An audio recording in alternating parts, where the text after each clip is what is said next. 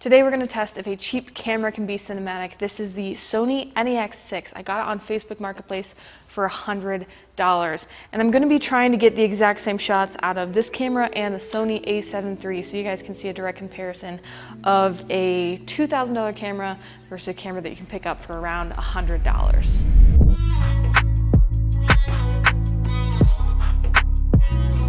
In this video, I'm taking you behind the scenes as I film 4 quick scenes I put together last night, and make sure to stick around till the end where I'll show you the side-by-side comparison to the a7 III. Is a cheap camera cinematic? Let's find out. For this shoot, I used the Sony NEX-6 paired with a Sigma 16mm 1.4 lens, the a7 III with a Tamron 17-28 lens, and the Ronin S and the Peter McKinnon Variable ND and the Aurora Aperture Variable ND filter for the outdoor metro scene. This glide gear slider with a locked off Benro tripod head for the shot exiting the elevator, and everything else was filmed handheld. Our first scene of the day was on the metro. We walked over to the station that would give us the length of 2 stops to get all of our footage. I wore the GoPro on my chest mount for BTS, but both times we got on the train, it did not work. Dead batteries and rush button pushing is always the way to go, but I did manage to grab a few clips of what our rig looked like. I had both cameras mounted on the Ronin S. Before you ask, the answer is no. I did not successfully balance the setup. I just decided to go for it and depend on those strong motors to keep it together. Now, the train did sit there at that final stop for about 10 minutes, so even though we did go for a take when we initially stopped, we ran that exiting the train camera move about 8 full times before I felt comfortable moving on.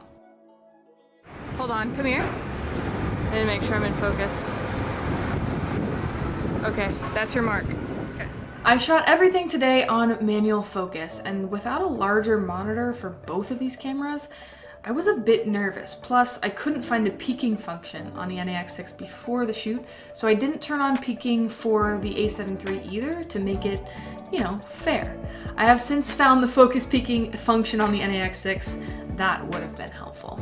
So we left for our second location, which would be home to the rest of the scenes. Now, this next elevator scene is really the only section of the shoot where I didn't have any type of shot list, so I just had to wing it, and this elevator, man, the lighting is terrible, super close quarters. We rode the elevator up and down twice, but with people getting off and on, we only had about 6 floors worth of riding to ourselves. So just enough time to get a couple quick angles, and you wonder why filmmakers build out their own fake elevators in a soundstage for this kind of thing. I'm gonna set the slider and get 2 shots of her exiting the elevator, and we're gonna capture this whole scene right here. Slider, old school slider. Always feel brand new. Loving you is the easy. As this lighting's not bad, it would be helpful if I had brought another light in here at this point. But run and gun. Just going down 1 floor? Yeah. Okay. All right, I'm really liking this light stream, actually. Oh! We just lost the light stream.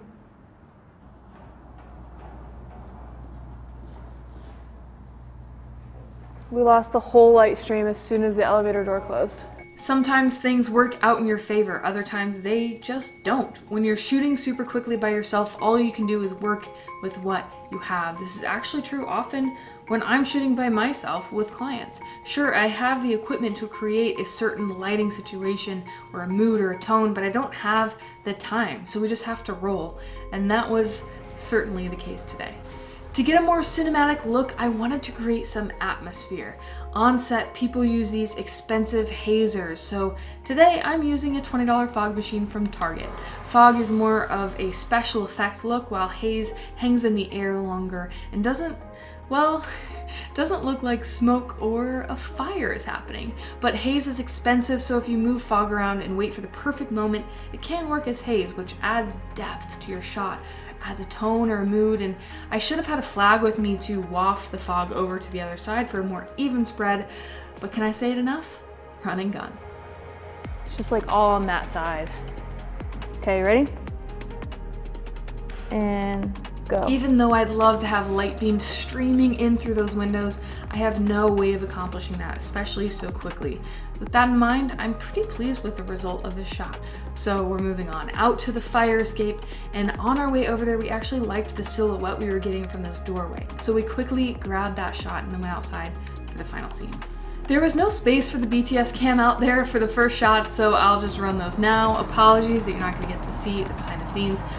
But I am super bummed because I completely missed focus on both cameras for one of these shots, even after I had her stand on her mark for me specifically to grab focus. With such a small screen and no peeking, it's fairly easy to make mistakes when you're moving that quickly. I used it anyway, gotta show the failures, right? Now, on to the final shot. I wanted to show a dynamic camera move with her climbing down the fire escape. I highly recommend you have some kind of wrist strap if you're putting your camera in this type of situation. I easily could have dropped my whole setup, which would have, number one, been a major bummer, but also that's just not safe for the talent. So make sure you get that handled before doing something like this. I worried this shot would end up extremely shaky, so I adjusted to 60 frames per second, but I ended up liking it and didn't want to slow it down in post because I thought that slow motion would have kind of interrupted the flow of the story, especially with it being the final shot of all of our scenes. When you're shooting in manual focus and you can't pull focus, which obviously in this situation I can't pull focus on maybe even one, but definitely not two cameras, you should make a decision on where you want your subject to be in focus. So I had Erin stand where I thought it would be most important, so I could grab focus from where I wanted her and where I thought I'd be with the camera at the same time. And then I just have to try to hit that mark as a camera operator. Now, I'm so glad you stuck around because I want to show you the final scene, the side-by-side comparison of the NEX-6 $100 cheap cinematic camera with the A7 III $2,000 camera. Let's do this.